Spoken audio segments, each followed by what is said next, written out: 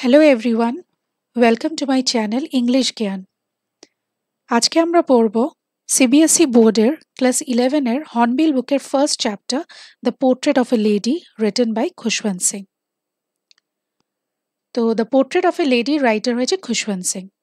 তো গল্পটা শুরু করার আগে আমরা খুশবন্ত সিং এর ব্যাপারে একটু জেনে নিই। খুশবন্ত সিং কে ছিলেন?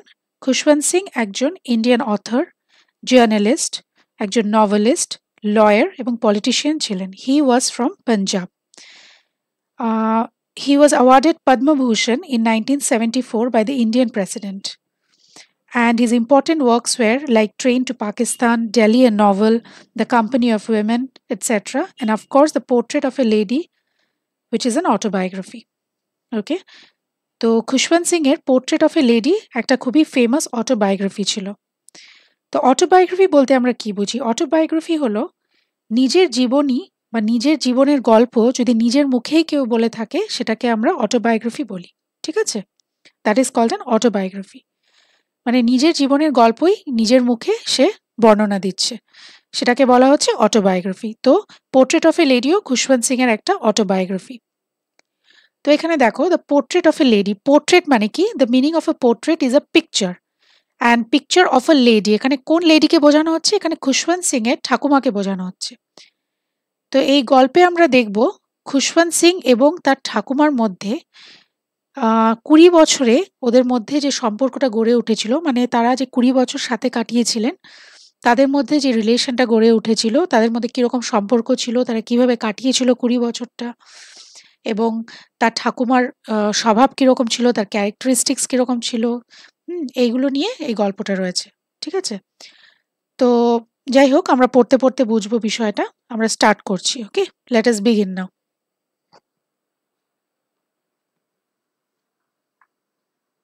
খুশবন্ত সিং বলছেন এখানে, যেহেতু এটা অটোবায়োগ্রাফি, তো দেখতেই পাচ্ছ মাই গ্র্যান্ডমাদার, মানে এখানে খুশবন্ত সিং এর গ্র্যান্ডমাদারের কথাই খুশবন্ত সিং বলছেন।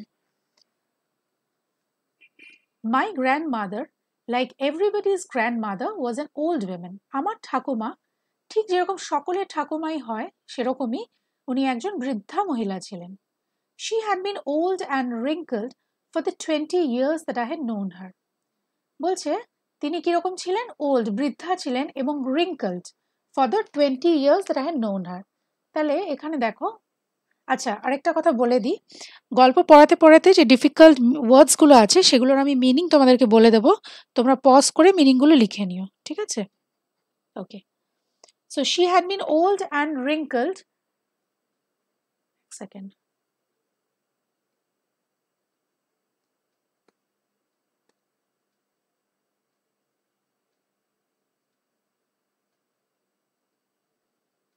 দেখো wrinkled, wrinkled মানে কি?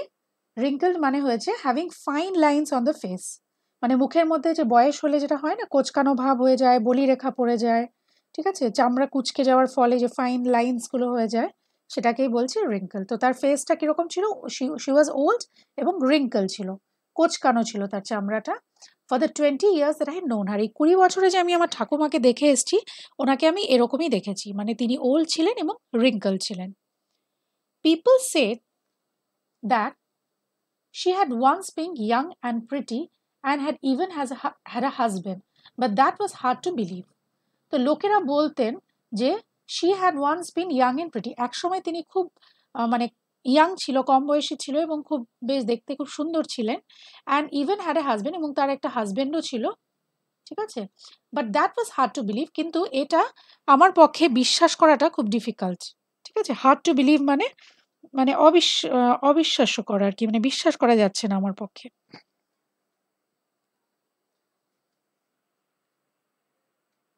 মাই grandfather's portrait hung above the mantel piece in the drawing room. এবার সে তার গ্র্যান্ডফাদারের ব্যাপারে একটু বলছে। মাই গ্র্যান্ডফাদার্স পোর্ট্রেট মানে আমার গ্র্যান্ডফাদারের যে পিকচারটা ছিল সেটা কোথায় ছিল? Hang above the mantel piece. দেখো mental peace, mental peace, mental পিসের মানে কি? মেন্টাল পিস মানে হচ্ছে শো পিস। তো বলছে যে আমার ঠাকুরদার যে পোর্ট্রেটটা ছিল সেটা একটা শো পিসের উপরে টাঙানো ছিল ড্রয়িং রুমে, in the drawing room. He wore a big turban and loose fitting clothes. তিনি কি পরেছিলেন? তিনি একটা বিগ টার্বান পরেছিলেন। টার্বান মানে কি? টার্বান হয়েছে পাগড়ি। ঠিক আছে? তাহলে তিনি একটা বড় একটা টার্বান পরেছিলেন, মাথাতে পাগড়ি পরেছিলেন এবং হালকা পাতলা ঢিলা ঢালা জামা কাপড় পরেছিলেন। একটা বিগ টার্বান পরেছিল, মাথায় একটা পাগড়ি পরেছিল এবং লুজ ফিটিং ক্লোথ, ঢিলা ঢালা কাপড় পরেছিলেন। তো দেখো টার্বান, টার্বান আমরা জানি যে পাঞ্জাবিরা, তো পাঞ্জাবিরা দেখেছি যে টার্বান পরে, পাগড়ি পাঞ্জাবিদের এটা একটা ওদের ট্র্যাডিশন, ওরা মাথায় টার্বান ওরা পরবে, এটা ওদের একটা কাস্টমের মধ্যে পড়ে। তো যেহেতু খুশবন্ত সিং ওরা পাঞ্জাবি ছিল, তো সেই জন্য তার ঠাকুরদারও মাথায় পাগড়ি ছিল, টার্বান পরা ছিল, সেই ছবিটাতেও টার্বান পরা ছিল, অ্যান্ড লুজ ফিটিং ক্লোথ এবং হালকা ঢিলা ঢালা কাপড় পরেছিল তিনি। His long white beard covered the best part of his chest and he looked at least 100 years old. বলছে তার যে লম্বা লম্বা দাড়িগুলো ছিল, হোয়াইট সাদা রঙের দাড়িগুলো ছিল, সেটা অলমোস্ট তার চেস্টের অনেকটাই পার্ট কভার করেছিল এবং তাকে দেখে মনে হতো যেন উনি 100 ইয়ার্স ওল্ড, মানে তার 100 বছর হয়ে গেছে। তাকে অনেকটাই বয়স্ক মনে হচ্ছিল, অ্যাটলিস্ট 100 ইয়ার্স তো হবেই তার, এরকম মনে হচ্ছিল দেখে। ঠিক আছে, ওকে। He did not look the sort of person who would have a wife or children. ওনাকে দেখে এরকম মনে হতো, ওনার অ্যাপিয়ারেন্সটা এরকম ছিল যেটা দেখে মনে হতো যে তার কোনো ওয়াইফ বা চিলড্রেন থাকতে পারে না। He looked as if he could only have lots and lots of grandchildren. ওনাকে দেখে মনে হতো যে তার ওয়াইফ বা চিলড্রেন থাকতে পারে না, কিন্তু হ্যাঁ তার প্রচুর গ্র্যান্ড চিলড্রেন থাকতে পারে, মানে নাতি নাতনি প্রচুর থাকতে পারে, কিন্তু তার নিজের ওয়াইফ বা চিলড্রেন থাকতে পারে না। মানে এটা কেন বললো, এটা বলার মিনিং এটাই যে মানে তাকে অনেকটাই বৃদ্ধ মনে হতো, মানে বয়স্ক লোক মানে আমরা এই জানি ঠাকুরদা ঠাকুমা, আমরা এটাই জানি বয়স্ক মানে। তো সেই জন্য মানে যেহেতু ওনাকে 100 ইয়ার্স ওল্ড মানে অনেকটাই বয়স্ক লাগতো, সেই জন্য বলছে যে তার ওয়াইফ বা চিলড্রেন থাকা মানে তো ইয়াং থাকা। তো বলছে সেই জন্য তার ওয়াইফ বা চিলড্রেন আছে বলে মনে হতো না, তাকে মনে হতো যেন তার শুধু প্রচুর গ্র্যান্ড চিলড্রেন থাকতে পারে, তার নাতি নাতনিই থাকতে পারে, মানে তাকে দাদু দাদু ঠাকুরদা এরকম একটা ভাবই লাগতো তাকে দেখে। ঠিক আছে। As for my grandmother being young and pretty, the thought was almost revolting. Okay. বলছে এবার আবার গ্র্যান্ডমাদারের কাছে ফিরে আসলো, বলছে এবার গ্র্যান্ডমাদারের কথা কি বলছে, as for my grandmother being young and pretty, এবং গ্র্যান্ডমাদারের ব্যাপারে যে লোকেরা বলতো যে she had once been young and pretty, বলছে এই চিন্তাধারা, আমি যদি এটা ভাবি যে হ্যাঁ আমার গ্র্যান্ডমাদার এক সময় ইয়াং ছিলেন, প্রিটি ছিলেন, বলছে এই থটটাই রিভোল্টিং ছিল আমার কাছে। রিভোল্টিং মানে হয়েছে something that is hard to believe, that you can't believe. কি হার্ড টু বিলিভ মানে সেটাও আমার কাছে ঠিক আমি বিশ্বাস করতে পারছিলাম না যে আমার ঠাকুমাও এক সময় ইয়াং বা প্রিটি হতে পারেন, কারণ তার ঠাকুমাকেও তিনি ওল্ডই দেখেছেন সবসময়, তো তার ওল্ড পিকচারটাই তার মাথায় সবসময় থেকে গেছে, সেটা ভাবতে পারছে না যে তার গ্র্যান্ডমাদারও একসময় ইয়াং বা প্রিটি হতে পারে। ওকে। She often told us of the games that she used to play as a child. ঠাকুমা আমাদের প্রায় ছোটবেলায় সে কি কি খেলাধুলা করতেন সেই ব্যাপারে বলতো। That seemed quite absurd and undignified on her part, and we treated it like the fables of the prophets that she used to tell us.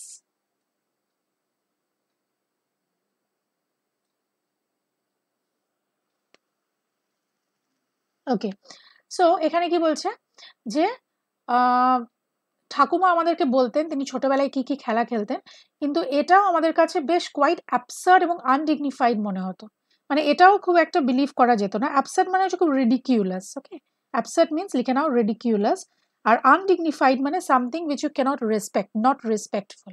ঠিক আছে, তো এইটাও আমাদের কাছে খুব অ্যাবসার্ড এবং আনডিগনিফাইড লাগতো, মানে এই জিনিসটাও ঠিক মানতে পারতাম না যে ঠাকুমা একসময় খেলতেন।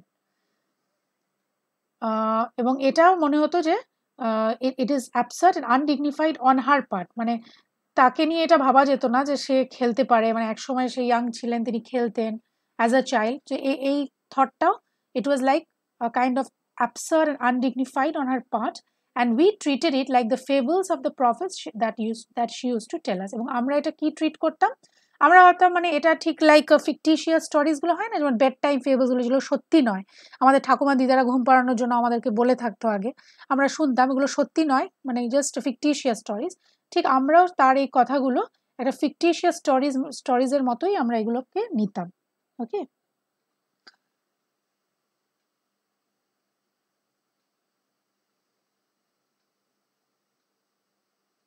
ওকে, তো next.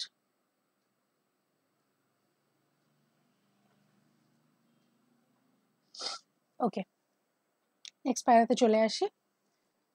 She had always been short and fat and slightly bent. ঠাকুমা একটু সবসময় একটু শর্ট ছিলেন, একটু মোটা ছিলেন এবং হালকা একটু বেন্ড হয়ে চলতেন, slightly bend. Her face was a criss-cross of wrinkles running from everywhere to everywhere. তার মুখে কি ছিল? প্রচুর রিঙ্কলস ছিল। Criss cross of wrinkles. Chris cross of wrinkles মানে কি বলছে এখানে?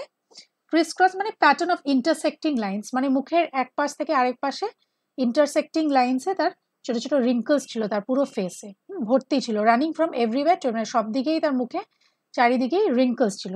ক্রিস ক্রস মানে হয়েছে pattern of intersecting lines. Okay, that is called criss cross.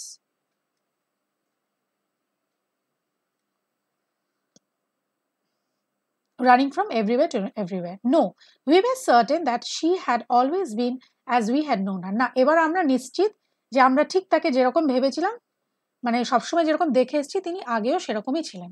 ঠিক আছে, আমরা এবার নিশ্চিত। Old, so terribly old that she could not have grown older and had stayed at the same age for 20 years.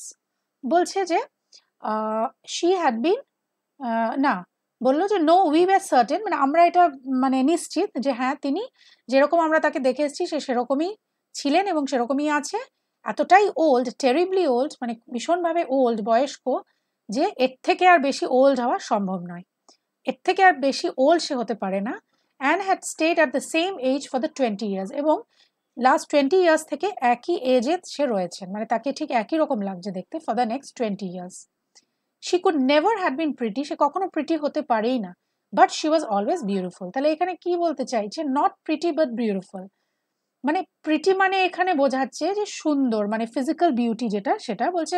Maybe she was not physically that beautiful, but she was not physically that pretty, মানে physically অতটা সুন্দরী হয়তো তিনি ছিলেন না, but she was always beautiful. এখানে beautiful মানে বলতে চাইছে not that physical beauty, but তার মাইন্ড, মানে as a person she was very beautiful, মানে অ্যাজ এ হিউম্যান বিং সে খুব ভালো ছিল এবং সে তার মনটা খুব ভালো ছিল, মানে as a person she was good. তো এখানে বিউটিফুল সেই অর্থেই ব্যবহার করা হয়েছে। ঠিক আছে। She hobbled about the house in spotless white with one hand resting on her waist to balance her stoop and the other telling the beads of a rosary. Okay, তাহলে hobbled, she hobbled, hobbled মানে কি? hobbled মানে হয়েছে short steps. Okay, short steps মানে ছোট ছোট steps নিয়ে চলা, এটাকে বলে hobbled. So she hobbled about the house in spotless white, মানে সাদা রঙের কাপড় পরে সে ছোট ছোট স্টেপ নিয়ে চলতো বাড়িতে। স্পটলেস হোয়াইট মানে having no spots on the dress, মানে হোয়াইট কালার ড্রেস পরতো, সেখানে কোনো স্পট ছিল না, স্পটলেস ছিল। With one hand resting on her waist, একটা হাত তার কোমরে হাত দিয়ে থাকতো। টু ব্যালেন্স হার স্টুপ, ঠিক আছে, ওই যে সে ঝুঁকে চলতো সেই জিনিসটা ব্যালেন্স করার জন্য একটা হাত তার কোমরে দিয়ে রাখতো। And the other telling the beads of a rosary. Beads of a rosary মানে হয়েছে মালা জপা, মানে সবসময় সে মালা জপতো, এক হাত দিয়ে সে কন্টিনিউয়াসলি মালা জপে যেত এবং আরেক হাত সে কোমরে দিয়ে বেন্ড হয়ে চলতো, মানে ব্যালেন্স করার জন্য। হার সিলভার লক্স, এখানে সিলভার লক্স মানে বলছে যে সিলভার কালারের যে পাকা পাকা চুল, মানে বয়স হয়ে গেলে যে পাকা চুল হয়ে যায় না, সেটাই বলতে চাইছে। Her silver locks were scattered untidily over her pale puckered face and her lips constantly moved in inaudible prayer. তাহলে ওর যে সিলভার লকসগুলো ছিল, ঠাকুমার যে মানে গ্রে হেয়ার্স বা মানে পাকা চুলগুলো ছিল, সেগুলো ছড়িয়ে থাকতো মুখের চারপাশে, স্ক্যাটার আনটাইডিলি, ঠিক আছে, এলো এবড়ো খেবড়ো ভাবে ছড়িয়ে থাকতো চুলগুলো। ওভার হার পেল, পেল মানে কি? পেল মানে হয়েছে মানে রং উড়ে যাওয়া, ফেসের রং উড়ে গেলে আমরা কি বলি? পেল, শুষ্ক, পাকার্ড ফেস। পেল মানে এখানে লিখতে পারো লাইট ইন কালার।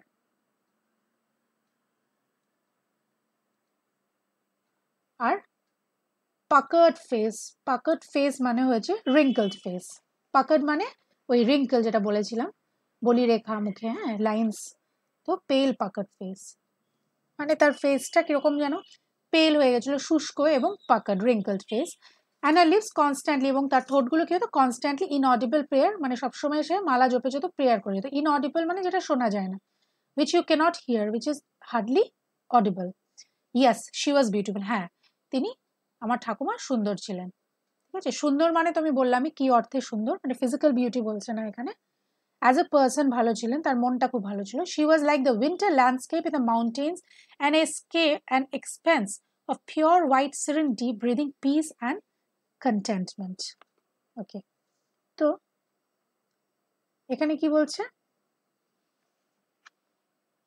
বলছে এখানে তুলনা করা হয়েছে, একটা এক্সাম্পল দিয়েছে। ঠাকুমাকে কার সাথে এক্সাম্পল দেওয়া হলো? Winter landscape. ঠিক যেরকম শীতের সময় কি হয়, পাহাড়টা পুরো বরফে ঢেকে থাকে না, পুরো সাদা বরফে ঢেকে থাকে শীতকালে। তো কি হয়, আমাদের একটা বেশ পিস আমরা অনুভব করি। একটা বেশ শান্তি, একটা শান্তির অনুভব পাই, একটা স্যাটিসফ্যাকশনের অনুভব পাই। ঠিক আছে, তো সেই জিনিসটার সাথেই কম্পেয়ার করা হচ্ছে ঠাকুমাকে। ঠাকুমাও কিরকম ছিলেন? Like the winter landscape in the mountains, মানে মাউন্টেন্সে যেরকম বরফে ঢাকা উইন্টার, পুরো ল্যান্ডস্কেপটা যেন বরফে ঢেকে যায়, পুরো সাদা হয়ে যায় চারদিকে, which is a symbol of what? Pure, মানে purity. White is actually a symbol of purity, you all know that. Pure serenity breathing peace and contentment, মানে যেটা দেখে আমাদের মধ্যে পিস আছে, শান্তি আসে এবং স্যাটিসফ্যাকশন আসে। ঠিক ঠাকুমাও সেরকম ছিলেন, খুব শান্ত স্বভাবের ছিলেন। ঠিক আছে, এবং উনি মানে খুব ধীর স্থির ছিলেন, এবং ওনাকে দেখে ওনার অ্যাপিয়ারেন্সটা এরকমই ছিল যে খুব পিস ফিল হতো ওনাকে দেখে, এবং বেশ একটা ফিলিং অফ স্যাটিসফ্যাকশন আসতো। Okay, next. My grandmother and I were good friends. আমি এবং আমার ঠাকুমা, আমরা আমাদের দুজনের মধ্যে সম্পর্কটা খুব ভালো ছিল, আমরা বন্ধুর মতো ছিলাম। ওকে, my parents left me with her when they went to live in the city and we were constantly together. আমার পেরেন্টসরা, আমার মা বাবা যখন সিটিতে চলে যায়, তখন তারা আমাকে রেখে যায় ঠাকুমার কাছে, এবং সেই সময় আমি কনস্ট্যান্টলি ঠাকুমার সাথেই ছিলাম। ওকে, she used to wake me up in the morning and get me ready for school. ঠাকুমা আমাকে সকালবেলায় ঘুম থেকে তুলে দিতেন এবং স্কুলে আমাকে যাওয়ার জন্য রেডি করে দিতেন। ঠিক আছে,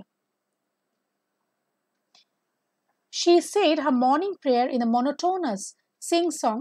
সকালবেলা উঠে তিনি তার মর্নিং প্রেয়ারটা বলতেন in a monotonous Singh song. Monotonous মানে একঘেয়েমি, মানে একই জিনিস যেটা আমরা বলি আর কি। মনোটোনাস মানে একঘেয়েমি, যেটা সেই একঘেয়ে সং মর্নিং প্রেয়ারটা তিনি সকালে উঠে বলতেন। while she bathed and dressed me in the hope that I would listen and get to know it by heart. এবং গান গাইতে গাইতে মনোটোনাস সিং সংটা তিনি করতেন, এবং সেটা করতে করতে আমাকে চান টান করিয়ে রেডি করে দিতেন স্কুলের জন্য, এবং এই আশাতে থাকতেন যে আমি নিশ্চয়ই ওনার গানটা শুনবো এবং বাই হার্ট আমি ওটাকে ফিল করব। ঠিক আছে, এবং আমি বুঝবো জিনিসটাকে। কিন্তু আমি কি করতাম? আই লিসেন, আমি শুনতাম ঠিকই, because I loved her voice, কারণ ওনার ভয়েসটা আমার খুব ভালো লাগতো, but never bother to learn. কিন্তু আমি কোনোদিন ভাবিনি যে আমি জিনিসটাকে বাই হার্ট শিখবো। জাস্ট আমি শুনতাম, যেহেতু ওনার ভয়েসটা আমার ভালো লাগতো সেই জন্য আমি শুনতাম, but I never bother to learn it. কখনো শেখার কথা আমি ভাবিনি, বদারই করিনি। Then she would fetch my wooden slate. তারপর তিনি আমার উডেন স্লেটটা এনে দিতেন। ব্রিং করতো, ফেচ মানে bring my wooden slate which she had already was, এটা অলরেডি সে আগেই ধুয়ে টুয়ে রাখতো, প্লাস্টার করে রাখতো ইয়েলো চক দিয়ে, এবং একটা টাইনি আর্দেন ইঙ্ক পট। ঠিক আছে, আর্দেন মানে মাটির ইঙ্ক পট এবং একটা রেড পেন, সবগুলো একসাথে একটা বান্ডেলে বেঁধে, okay tie the mall in a bundle and hand it to me, মানে স্কুলের জন্য পুরোপুরি সবকিছু রেডি করে দিতেন। উডেন স্লেটটা রেডি রাখতো, ভালো করে ওয়াশ করে দিত, প্লাস্টার করে দিত ইয়েলো চক দিয়ে, এবং টাইনি একটা আর্দেন ইঙ্ক পট এবং রেড পেন, এই সব জিনিসগুলো একসাথে একটা বান্ডলে বেঁধে তারপরে খুশবন্ত সিংকে হ্যান্ড ওভার করে দিতেন স্কুলে যাওয়ার আগে। ওকে, after a breakfast of a thick stale chapati with a little butter and sugar spread over it, we went to school. তারপর কি হতো? আমরা ব্রেকফাস্টে কি করতাম? একটা স্টেল চাপাটি, বাসি চাপাটি খেতাম, এবং তার মধ্যে অল্প একটু বাটার এবং সুগার ওর মধ্যে স্প্রেড করে দিয়ে ওটাই আমরা খেতাম স্কুলে যাওয়ার আগে, এবং তারপরে স্কুল চলে যেতাম। She carried several stale chapatis with her for the village dog. ঠাকুমা আমার সাথে করে কিছু স্টেল চাপাটিস, কিছু বাসি চাপাটিও নিয়ে নিত ওই ভিলেজ ডগসদেরকে খাওয়াবে বলে। ওকে,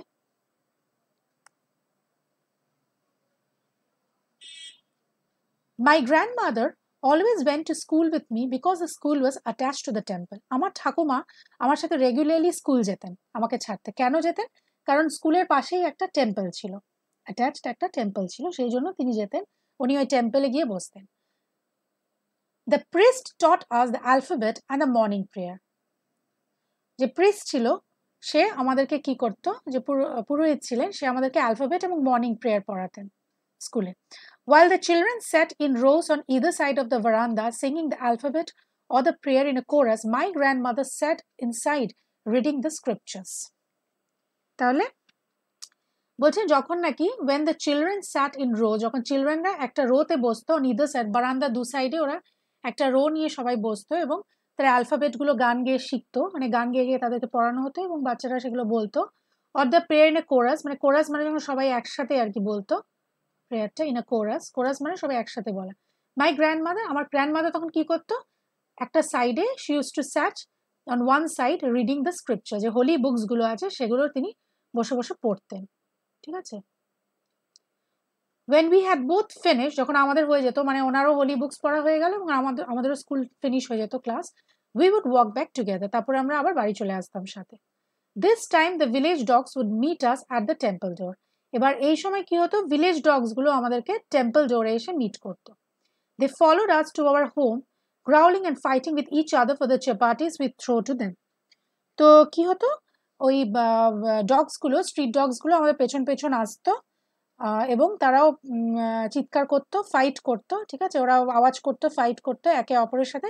চাপাটিগুলো যেহেতু ঠাকুমা ওদেরকে দিত এবং কে নেবে সেটা নিয়ে ওরা ফাইট টাইট করতো একটু। ঠিক আছে। when my parents were comfortably settled in the city, they sent for us, এবার আমাদের পেরেন্টসরা যখন কমফোর্টেবলি সিটিতে ওরা সেটেল হয়ে গেল, তারপর ওরা আমাদেরকে বললো এবার তোমরাও চলে এসো।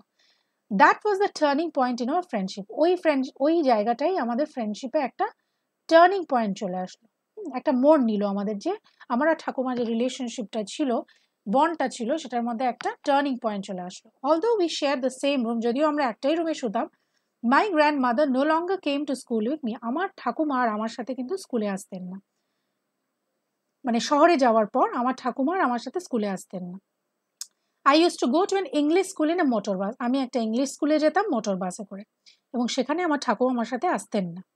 There were no dogs in the streets and she took to spinning sparrows in the courtyard of our city house, এবং সেখানে কি হয়েছিল, সেখানে কোনো স্ট্রিটে কোনো ডগ ছিল না, কিন্তু কি ছিল, she took to feeding sparrows, স্প্যারোসদেরকে ফিড করতো, ডগ ছিল না, ডগের বদলে স্প্যারোসদেরকে খাবার দিত, in the courtyard of our city house, মানে সিটি হাউসে তাদের যে বারান্দা ছিল সেখানে স্প্যারোসরা এসে বসতো এবং সেখানে এসে সে ওদেরকে খাবারগুলো দিত।